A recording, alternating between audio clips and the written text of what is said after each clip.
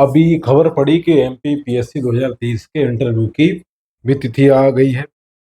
जल्द ही उसके भी जो साक्षात्कार हैं वो आयोजित किए जाएंगे। ठीक है, खैर चीजें और घटनाएं अपने क्रम में चलती रहेंगी। हमें अपने आप पर और अपनी तैयारी पे काम करते रहना चाहिए, बिना किसी दिखावे के, बिना किसी उलझन के। मैं अक्सर विद्यार्थियों में एक चीज पाता हूँ कि वो कई बार तैयारी तो करते हैं, एमपीपीएससी की हुई या यूपीएससी की हुई, वो अक्सर उन चीजों का मूल्यांकन करना भूल जाते हैं जो उनके लिए बहुत ज्यादा जरूरी है एग्जाम के लिहाज से। बहुत सारे ऐसे विद्यार्थी हैं जिनके सवाल में आता है कि वो क्या पढ़ें, कहाँ से पढ़ें, कितना पढ़ें, कैसे पढ़ें, वगैरह वगैरह, और ना जाने क्या सवाल, खास तौर से मेंस को लेकर। और सवाल है कि ये सवाल क्यों आता है, मेंस की तैयारी कैसे करें। और खास तौर से यह सवाल वो विद्यार्थी करे जो आमतौर पे 2 या 3 साल से तैयारी करते हुए से हो गया, 1 साल से ऊपर कुछ समय गुजर चुका है, इसके बावजूद भी अगर वो ये प्रश्न करता है कि वो मेंस की तैयारी कैसे करे, तो इससे बहुत ही उसके अंदर अनुभव की, परिपक्वता की कमी झलकती है, दिखती है। इससे पता चलता है कि अभी वो इस परीक्षा को लेकर उतना गंभीर नहीं है, बिल्कुल शिशु अवस्था में है। अगर आपने 1 साल दिया तो आपकी समझ इतनी तो हो जानी चाहिए थी। इसके पीछे जो वाजिब और मुख्य वजह है वो क्या है? पेपरों का मूल्यांकन ना करना और अंधाधुंध चीजें पढ़ते रहना। आपने कोई बुक उठा ली, आप उसको लग गए हैं पढ़ने में। आपने एनसीईआरटी उठा ली, आप उसको पढ़ने में लग गए। आप ये देखिए कि एमपीपीएससी में एनसीईआरटी की भूमिका है कितनी, कितने प्रतिशत ये रोल अदा करती है। क्या दूसरा कोई हमें रिसोर्स पढ़ना चाहिए? आज कुछ ऐसी जरूरी बातों पर मैं बातचीत करूंगा। मैं कुछ प्रश्नों का मूल्यांकन करूंगा, विश्लेषण करूंगा। आप बने रहें मेरे साथ, यदि आप गंभीर है तो, वरना ये वीडियो आपके लिए नहीं है ना, क्योंकि इसमें चमकदार कुछ भी नहीं होगा। ठीक है, तो थोड़ा ध्यान से सुनिएगा अगर आप एमपीपीएससी कर रहे हैं।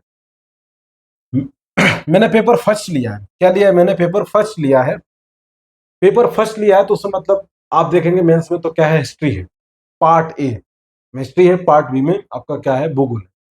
अब आप जानते हैं कि हर पार्ट में क्वेश्चन को कुछ बांटा गया है। जैसे पहले क्या नाम से 15 क्वेश्चन होंगे 2 मार्क्स वाले, 10 क्वेश्चन होंगे 7 मार्क्स वाले, और क्या नाम से आपके जो 5 क्वेश्चन होंगे वो होंगे कौन से आपके 10 मार्क्स वाले। ठीक है, 7 मार्क्स वाले पहले जो होंगे, ये बात ध्यान रखना।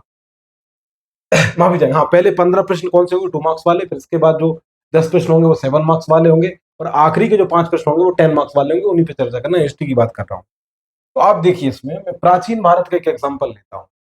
इसमें 2 प्रश्न, एक तो क्या है, गोप जनस, दूसरा सिंह विष्णु। इसके बाद ये वाला क्वेश्चन जो है वो कहां से, मिडाइवल से है।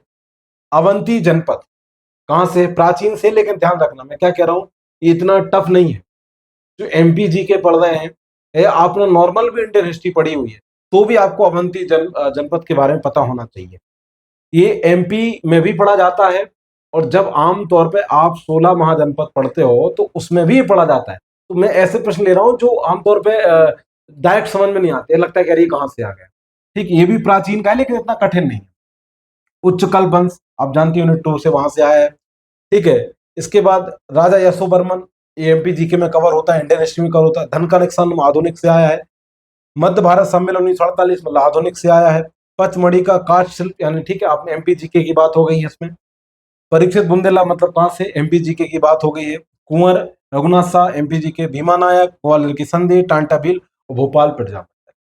यहाँ पर आप देखेंगे ऐसे 2 प्रश्न हैं जो आमतौर पर चर्चा में, कौन सा है, गोप जनस और सिंह विष्णु। अब इनकी कहानी में समझाऊंगा। मतलब 15 जो क्वेश्चन रहते हैं शुरू के, यानी 2 मार्क्स वालों में इनकी संख्या कितनी है, केवल 2। कितनी है, 2। ये बात ध्यान रखना। आगे बढ़ते हैं। अब आप देखिए, ये आपके 10 प्रश्न हैं 7 मार्क्स वाले।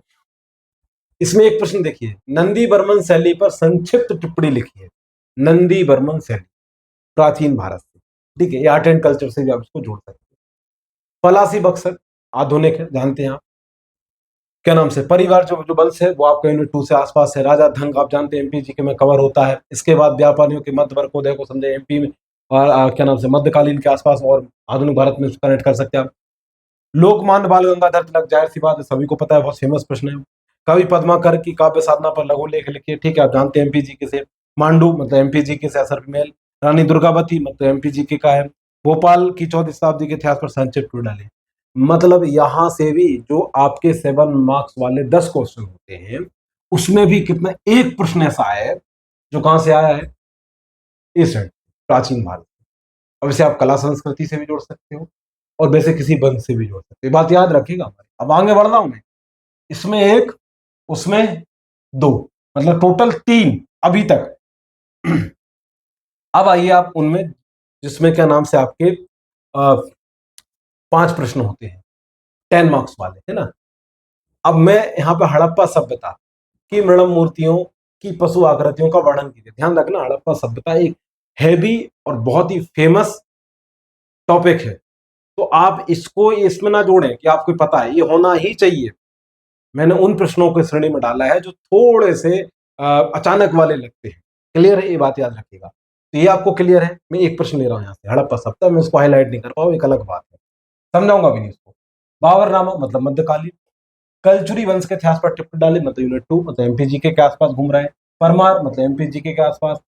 ब्रिटिश शासन आधुनिक कृषि प्रभाव पड़े। मध्य प्रदेश की जनजातियों की जंगल सत्याग्रह भूमिका मतलब एमपीजी के। स्वतंत्रता के पूर्व होलकर रियासत एमपीजी के। ओरछा मेले का वर्णन एमपीजी के, ठीक है। गोंडवाना वंशावली का इतिहास एमपीजी के। खंजा नायक के सहयोग उनके एमपीजी के। आप मर्म को समझिए, आयोग के पेपर की कहानी को समझिए, एमपीजी की तवज्जो देखिए आप, और आप कहां समझ रहे हैं, यहां। कारण क्या है, आप क्यों इतना प्राचीन भारत को लेकर या मध्यकालीन भारत को लेकर इतना स्ट्रेस ले रहे हैं? कारण ये है कि आपने पेपर नहीं देखा। मैं ये नहीं कह रहा हूं कि वो नहीं पढ़ना, अरे आपने पढ़ना है, सिलेबस तो पूरा कवर करना है। लेकिन जब आप पेपर देखते हो तो आपको इस बात का अंदाजा लग जाता है कि आपको कहाँ ज्यादा एक्सरसाइज करनी है, कहाँ ज्यादा एफर्ट करना है। ये हफ्ते में, महीने में मूल्यांकन करिए। अगर नहीं कर पाते हैं तो किसी को अपना कोच बनाइए, मार्गदर्शक लीजिए, किसी के लीड में तैयारी करिए। ये बात ध्यान रखें, ठीक है। अब देखिए यहाँ पर केवल एक प्रश्न हड़प्पा सभ्यता से, बाकी एक है आधुनिक से। बुकरसी पर प्रभाव बहुत फेमस है, आपको ये प्रश्न तो राह चलते याद आ जाना चाहिए कि अंग्रेजों ने क्या किया था एग्रीकल्चर में, है ना, चाहे वो नफा हो नुकसान की बात हो। ये बात क्लियर हुई। मैंने पहले बोला हड़प्पा सभ्यता को मैं नहीं लूंगा क्योंकि बहुत हैवी टॉपिक है, बहुत ही फेमस टॉपिक है। आगे आते हैं। अभी देखिए मैंने आकार का लिया है, आपको दूसरी बुक को देख लगते हैं। प्रशासनिक ऋग्वैदिक काल में प्रशासन की सबसे बड़ी इकाई जन होती थी, जिसके प्रमुख को क्या कहा जाता था, जनस गोप्य कहा जाता था। वहां पर गोपा जनस से दिया है, बात एक ही, ठीक है, बातें रखना। कहा जाता जन का विभाजन विश्व में होता था, जिसका प्रमुख बृहस्पति कहलाता था, ठीक है, बात याद रखना। तो इसकी डिटेल यहां मिल जाती है। मतलब वो वाला प्रश्न अपना जो 2 प्रश्न थे शुरू में, है ना, 2 मार्क्स वाले, वो यहां से कवर होता है। अगला देखिए, सिंह विष्णु, यही था सिंह विष्णु। राजधानी कांचीपुरम, ठीक है। सिंह विष्णु ये इसकी उपाधियां थी, ठीक है। पुत्रण, ठीक है, अवनी सिंह। पल्लव वंश का संस्थापक माना जाता है, वैष्णव धर्म का अनुयायी था। उसके शासनकाल में, ठीक है, ममलमपुरम में 12 मंदिर का निर्माण हुआ था, जिसमें सिंह विष्णु की मूर्ति स्थापित है। सिंह विष्णु की राज्यसभा में क्या था, कीर्तार्जुनी लेखक भारवी का निवास था। इस पुस्तक में अर्जुन तथा भगवान शिव के मध्य हुए युद्ध का वर्णन किया गया है। आपको तो इतना लिखना भी नहीं है वहां पे, आप इतना लिख सकते हैं पल्लव वंश का संस्थापक, वैष्णव धर्म का अनुयायी, इसके शासनकाल में मल्लापुर में मंदिर का निर्माण हुआ, और ये सब चीजें लिख सकते हैं। 2 प्रश्न वहां से, ये भी आकार, मैंने आकार के लिए, ठीक है, बस वही बुक थी, बात याद रखना। इसके बाद अगला क्या है, नंदी वर्मन शैली। नंदी वर्मन शैली प्राचीन भारत की बात कर रहा हूं, मैंने उदाहरण के तौर पर समझा रहा हूं। इस शैली के अंतर्गत अपेक्षाकृत छोटे मंदिरों का निर्माण हुआ है, जिनमें प्रमुख कांची स्थित मुक्तेश्वर मंदिर और मंगेतेश्वर मंदिर इस शैली में निर्मित है, ठीक है। स्तंभ युक्त मंडप और वृत्ताकार शिखर प्राप्त होते हैं। बस इतना ही आपको लिखना है, आपको नीचे नहीं जाना, आपको इधर वाली लाइनें नहीं लिखनी है। ये लिख देते आपका आंसर क्या नाम से रिलेवेंस हो जाता है। इतनी बहुत होता है, जब आप इसको तोड़ोगे तो आपके शब्द भरा जाएंगे वहां पर। फिर भी अगर विस्तार देना चाहते हैं शब्दों की समय सीमा का, तो आप ये सब चीजें डाल सकते हैं। इस प्रकार पल्लव शासकों का शासन काल कला एवं स्थापत्य की उन्नति के लिए प्रसिद्ध था। ये बेवजह की है, मतलब आप जानते हो ना कि इसको खींचना होता है तब लिखना होता है।